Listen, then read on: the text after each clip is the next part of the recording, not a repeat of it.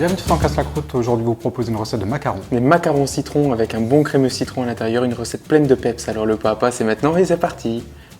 Dans un premier temps, on aura besoin de poudre d'amande, de sucre glace, de colorant alimentaire et des outils, donc le mixeur et le tamis.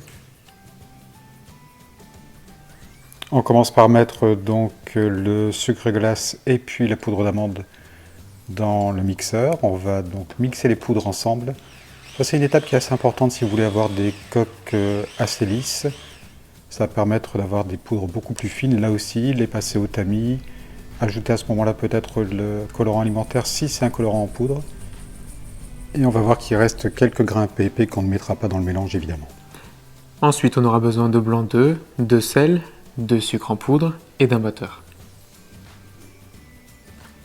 On va monter les blancs en neige, donc on verse les blancs avec une pincée de sel. On commence à monter au batteur électrique et on viendra serrer ces blancs en y ajoutant le sucre en 2-3 fois. La première fois, c'est quand il commence à être mousseux. Là, c'est vraiment la troisième fois et on arrive au moment où on les sert vraiment. Et on va donc constater qu'on a le petit bec d'oiseau. À ce stade, on va pouvoir ajouter petit à petit délicatement nos poudres, les poudres qu'on a mixées tout à l'heure.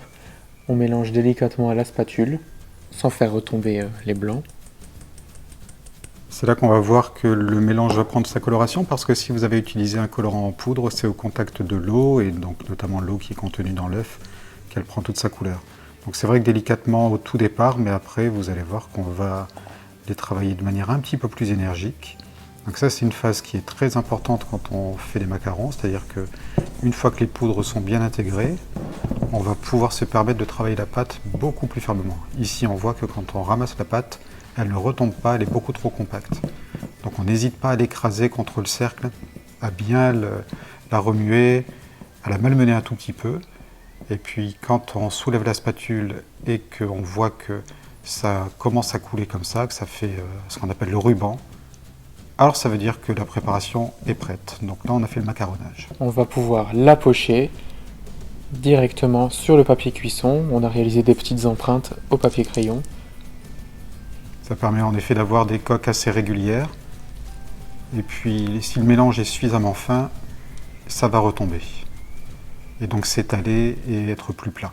Étape très importante ici, on va venir claquer la plaque de manière un peu ferme pour faire retomber la petite pointe éventuellement. Ça enlève les bulles aussi, et puis après ça on laisse reposer une bonne vingtaine voire une trentaine de minutes. Et lors de la cuisson, n'hésitez pas à ouvrir le four 2 ou 3 fois après quelques minutes quand la collerette est apparue. Ça permettra d'enlever l'humidité. Ici on touche les coques pour voir si c'est cuit, ça manque encore un tout petit peu de cuisson. Et quelques minutes plus tard, voilà les macarons. Prêts à être garnis. Prêts à être garnis, exactement. On les a associés par taille, justement.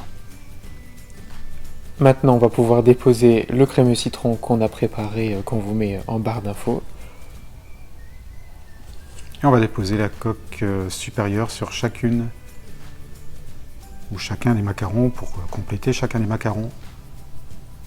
Et puis voilà, on aura un produit presque prêt à déguster, parce qu'il faut un tout petit peu de patience quand même, hein, une bonne nuit oui, en effet, au réfrigérateur. Pour que le macaron reprenne un peu d'humidité. En ce moment, on est un petit peu dans une période macarons, alors sachez qu'il y a une recette de macarons au chocolat qui arrive très vite. Et même une recette de macarons au foie gras. Alors pour ne rien manquer, n'oubliez pas, on s'abonne, YouTube, Facebook et Instagram. À bientôt.